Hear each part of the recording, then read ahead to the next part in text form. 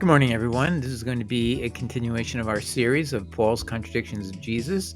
This episode is contradiction number 30, entitled Paul Says Government Enforcement Authorities Are God's Agents. Jesus says they are under Satan's authority by contrast. And we're going to go into a little bit later an example of what government authorities really do in the case of Titus Hartford, who put up a sign out on a public sidewalk saying the Apostle Paul taught the opposite of what Jesus taught. What we're showing you here in these series, he was trying to make a point. He was refused in many requests he had made previously to the church to get up in front and explain this to the people in the congregation. They refused. So he decided he would put up this sign on the sidewalk and try to invite people to come talk to him and engage with him. And that's the only way he felt he could reach the people. He wanted to lead them to salvation, but he never violated the space. He stayed on the sidewalk. We're going to get into that later. And now, usually we do an episode, every episode we do the verse where Paul teaches if there's a contradiction between himself and Jesus. This is in 1 Timothy 3. That it would be that if he contradicted the Lord Jesus Christ, he himself would be a man of pride, ego, and so on and so forth. That's in the series. I'm going to assume people have already seen that because I want to keep it a little short to make a little room for Titus's story today to revive it. We've dealt with it before.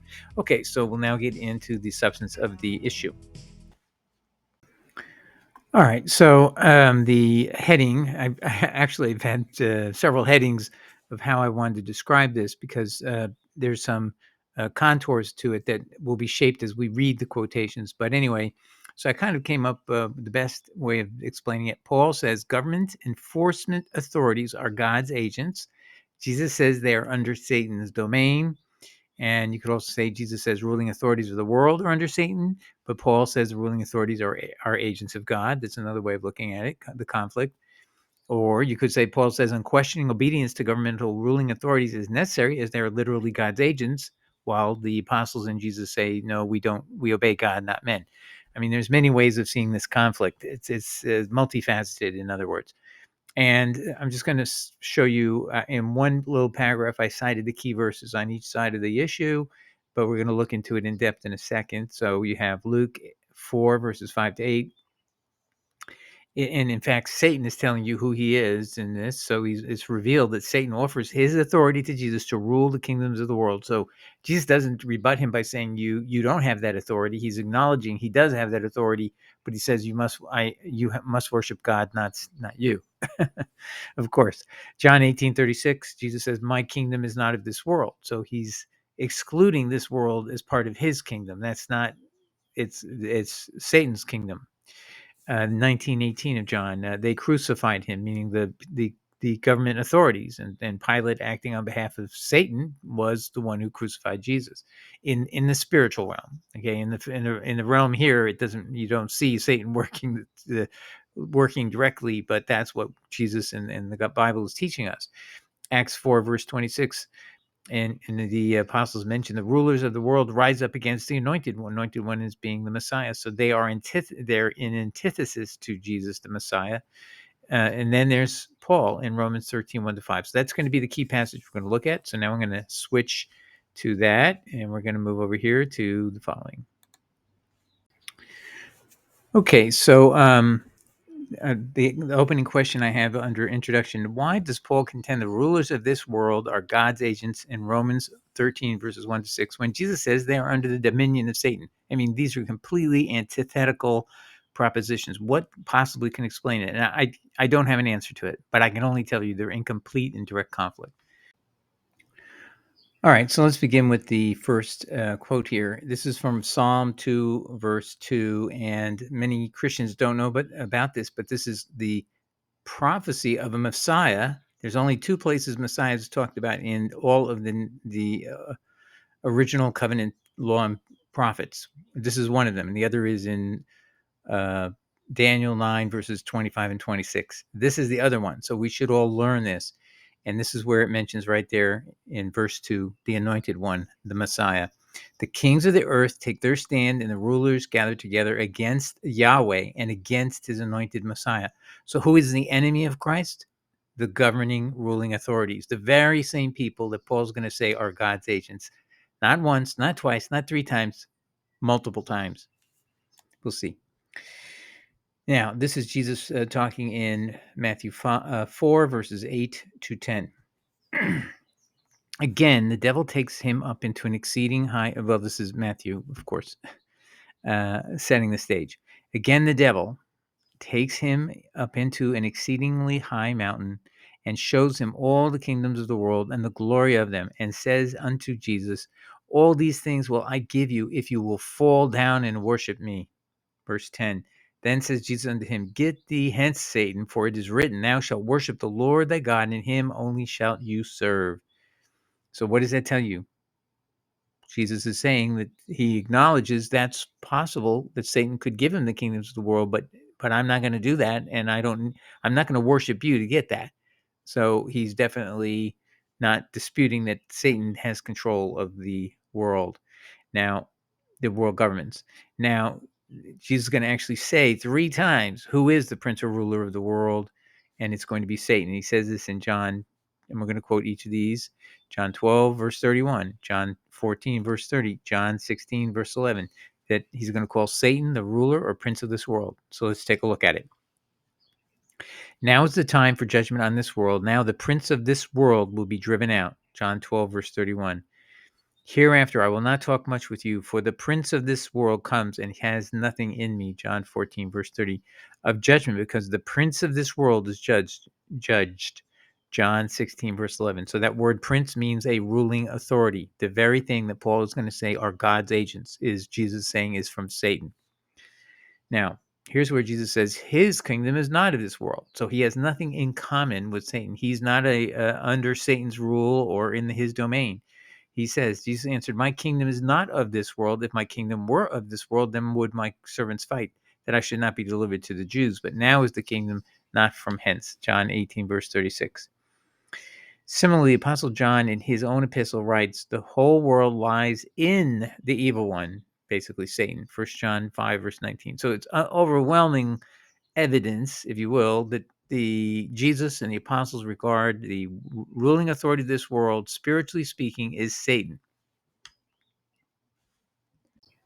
All right, now here is the passage from Paul. Paul teaches world rulers are ordained of God. And this begins in Romans 13, verses 1 to 6. We're going to read it in the NIV. It's a little clearer than the King James, but it's essentially the same. Everyone must submit himself to the governing authorities. Now, is this an optional thing? No. Paul is commanding you must submit to the governing authorities. For there is no authority except that which God has established. So what is he saying about the governing authorities and why you must submit yourself to them? Because God has established them. I thought they're under Satan if you were listening to Jesus. No. Paul's saying they're established by God. The authorities that exist have, number one, been established by God. He says it again. So we're not going to count the first one. We're going to start counting from here. How many times he says the same thing? He really says it 6 times, but we're only going to count after the first time. This is how emphatic he's trying to make it. The authorities that exist have number one, I numbered it, have been established by God. Verse 2, consequently, he who rebels against the authority is rebelling against what God has instituted, and those who do so will bring judgment from God on themselves. Now, by the way, the word rebel can signify, if we were talking about God's law, would be apostasy.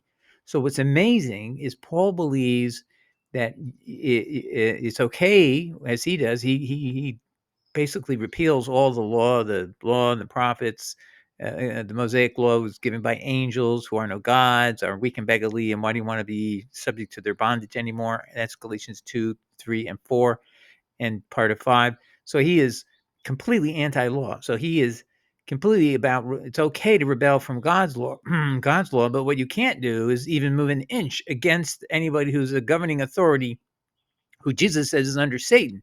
So the most highest protection Paul gives against varying from their point of view is the governing ruling authorities, higher than God's true law. Paul's denigrated God's law to be given by angels who are weak and beggarly elements in Galatians 2 and verse chapter 3, verse 19. That's where he says it was given by angels to a mediator, Moses.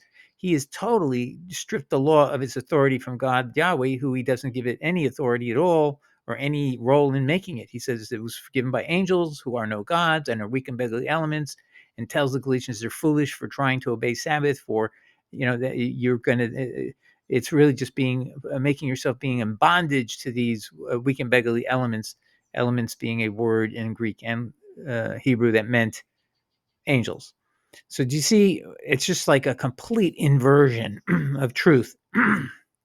So consequently, he who rebels against the authority is rebelling against what God has instituted.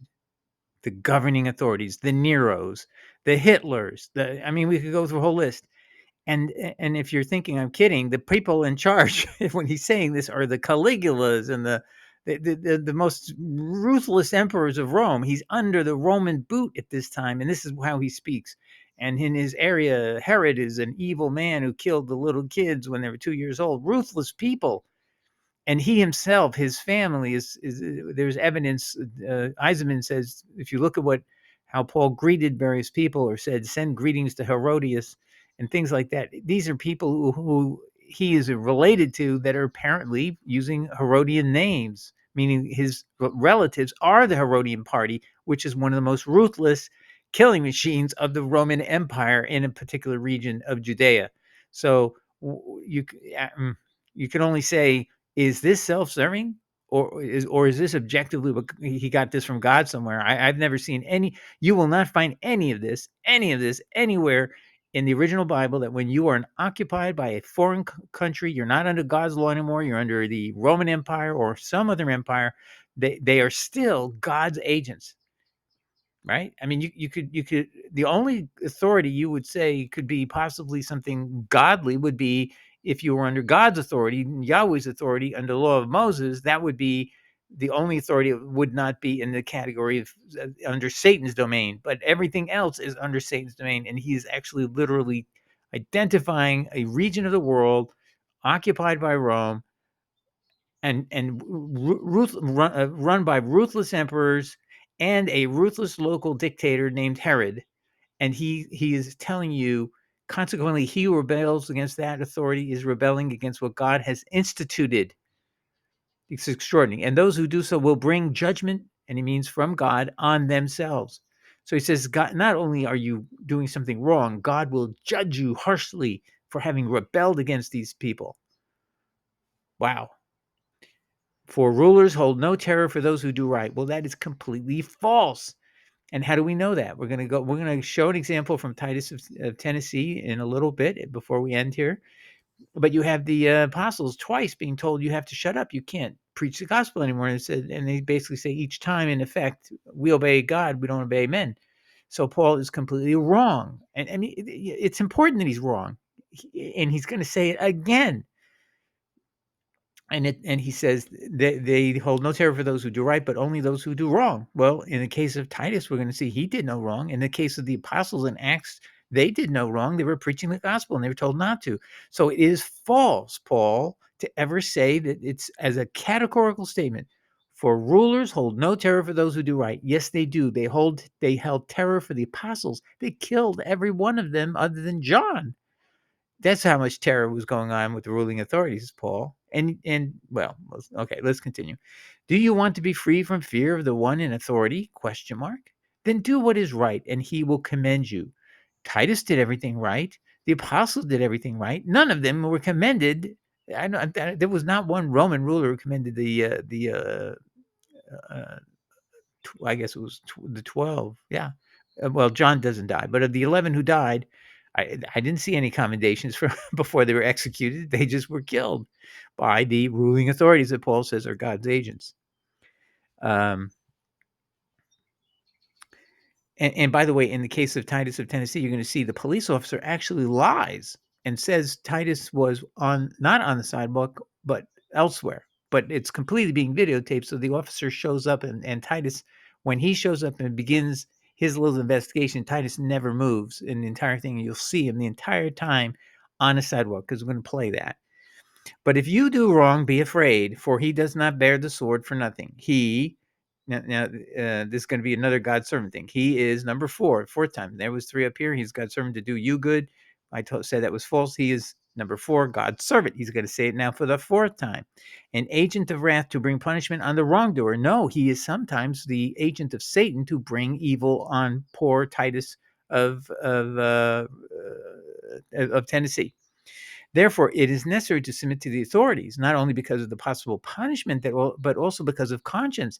So he's saying this isn't just simply out of fear of getting punished that you should obey. It's that your conscience should do it. Because why? Because these are God's agents. He's just told you 4 times they're God's agents. So you cannot disobey them because your conscience has to be concerned that you're doing something unethical.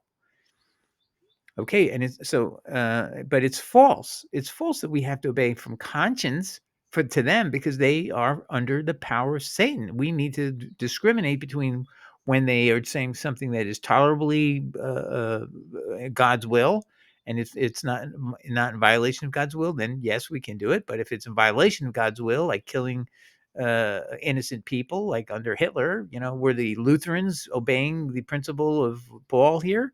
Because this passage was used in the early part of the Lutheran Reformation to justify killing over 100,000 Protestant Reformed people at Luther's insistence because they dared to rebel against the governing authorities of certain little city-states in Germany, and it became the Peasants' War. Over 100,000 people died because Luther actually vilified them in a paper and gave permission to the Catholic rulers of those cities to go ahead and kill them en masse. And they were all defenseless people, regular people. They didn't have arms. And they were just trying to protest to what? To have worship in their own church with no more priests. Just they wanted to have their own pastors. They wanted to have their own leadership. They didn't want to go through that. But Luther had to compromise with the ruling authorities, which why would he do that? Because Paul says they're God's agents, and he was willing to do that. Well, I digress. Anyway, this is why you pay taxes, for the authorities are God's servants who give their full time to governing.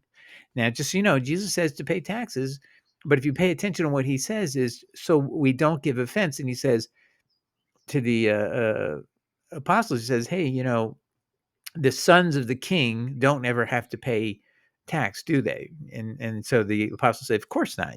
So in those days, the royal family of a leader would, you don't tax your own children, your family.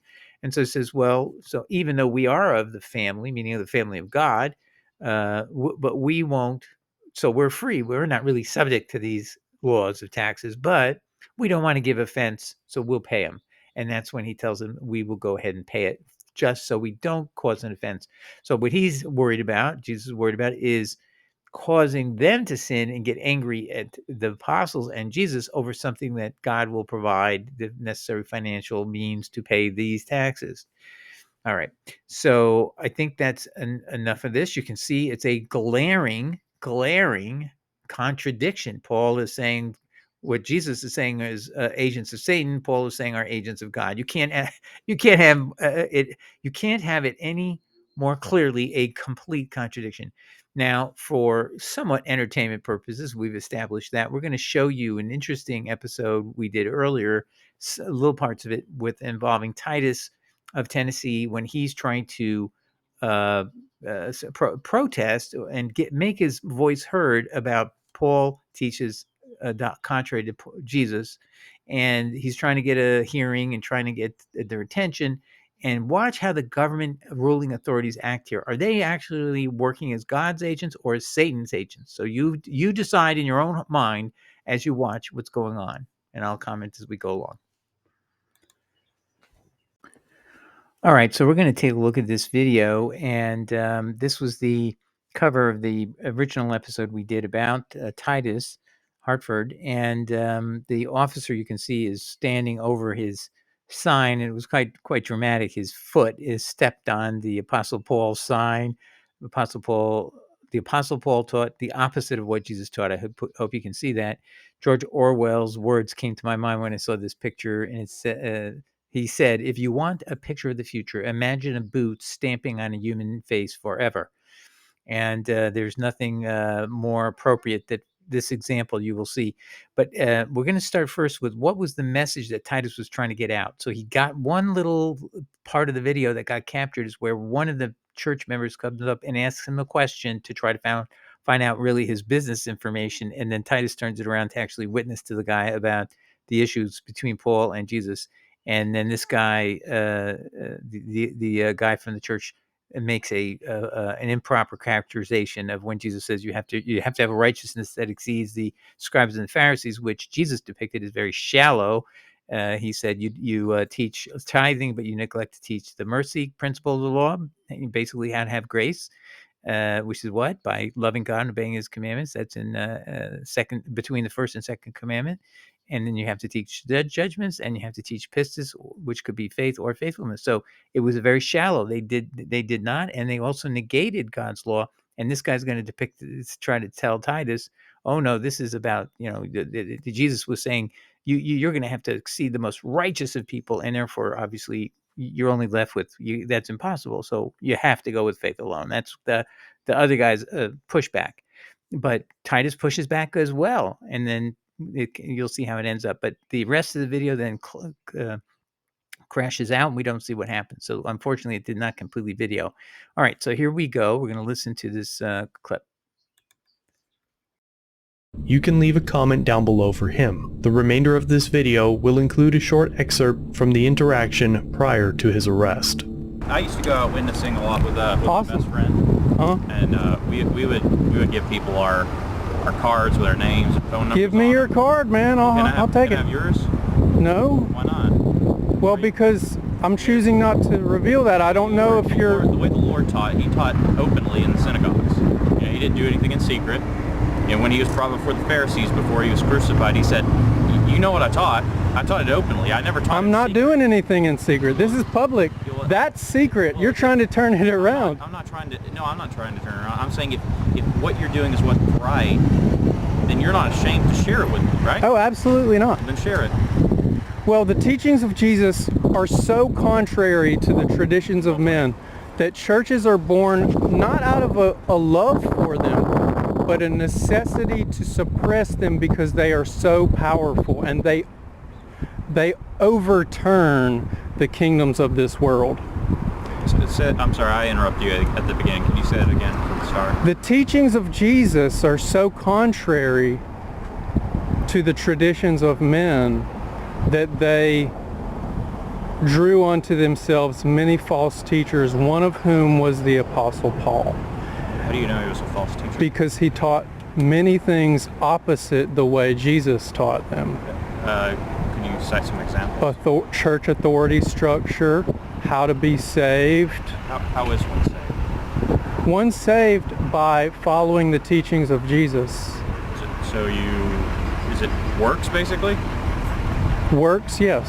Okay, well the Lord taught the opposite. Where? He said unless you're born again. He said unless your righteousness exceeds the righteousness of the scribes and Pharisees, you will by no means enter the kingdom of heaven. You know what that means? Exceeds means to go beyond. Yeah. The Pharisees were the most works righteousness people. And there's 4 types of righteousness. That's actually you're misunderstanding what Jesus was saying there. What was he saying when he's he said saying don't nullify the commandments of God. He's saying there. He's saying he was telling a group of people that wanted to know. Okay, so these events occurred around April 18, 2021, and became quite a subject of conversation. Chattanooga Times Free Press covered it quite a bit. And so we'll now play for you. It's about a 5-minute clip.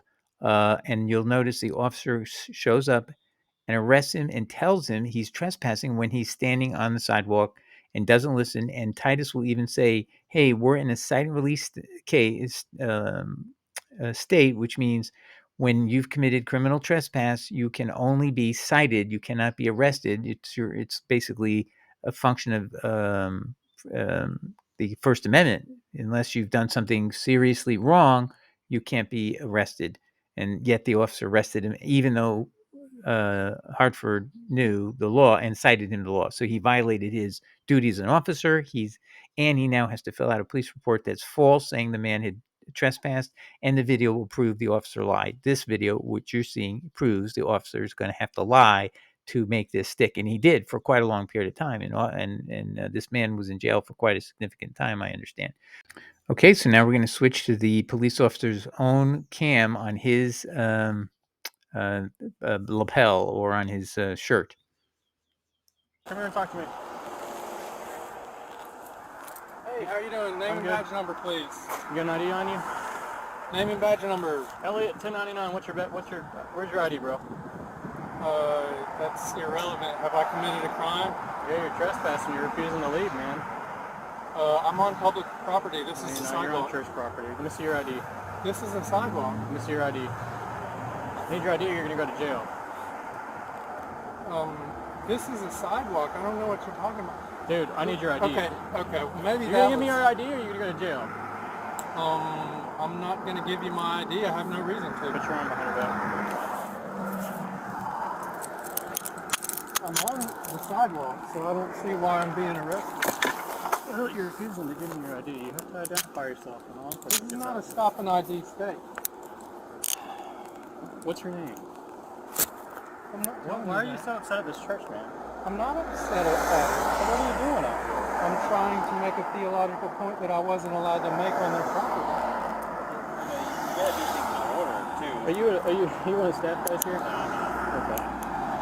I think Sergeant Atwell called in about him. Yeah. I'll go talk to him. So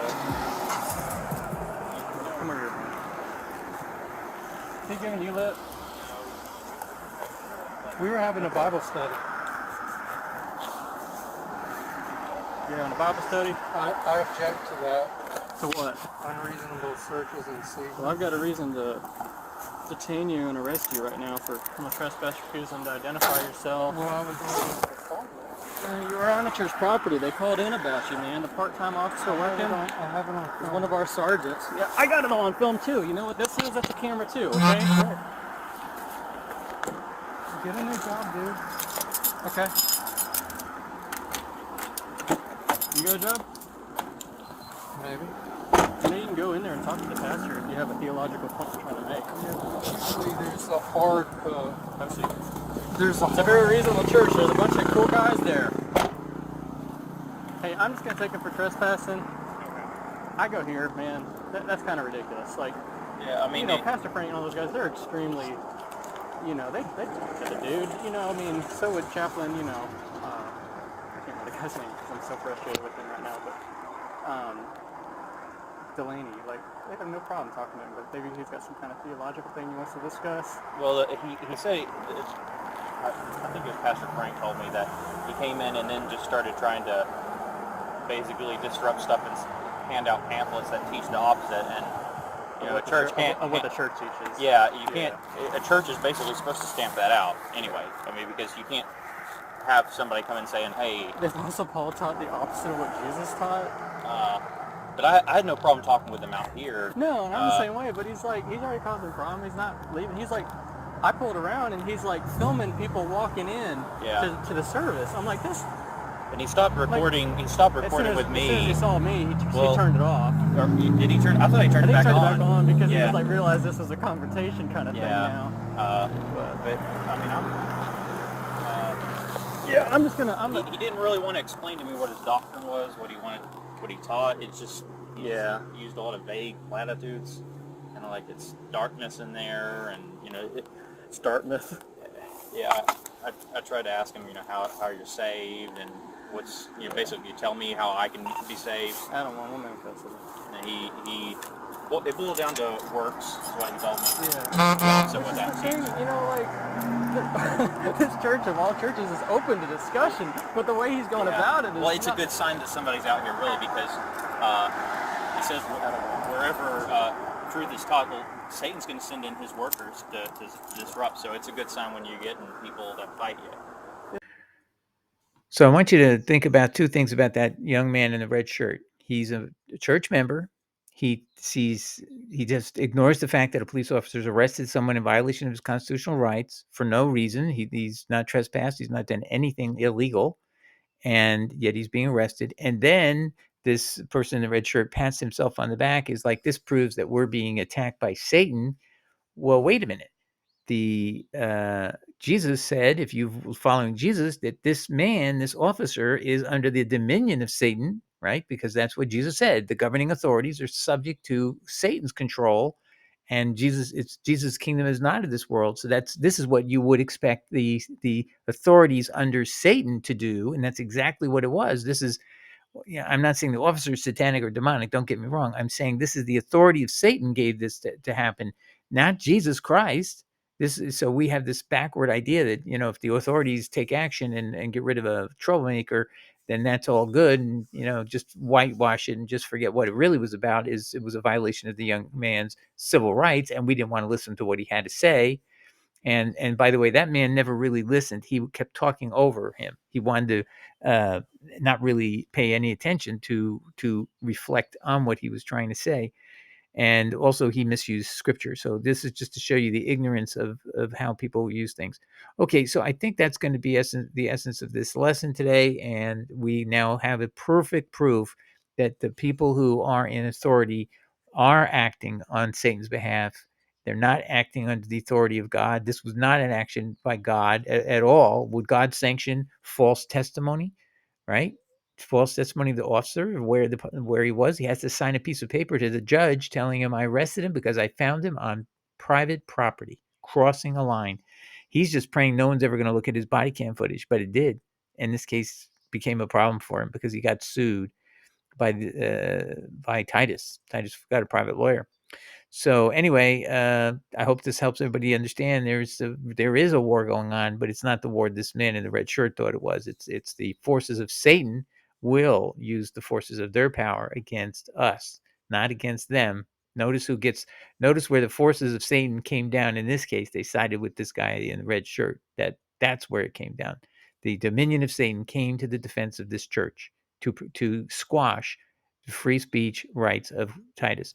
All right, everyone. God bless. Take care. Ciao. Bye.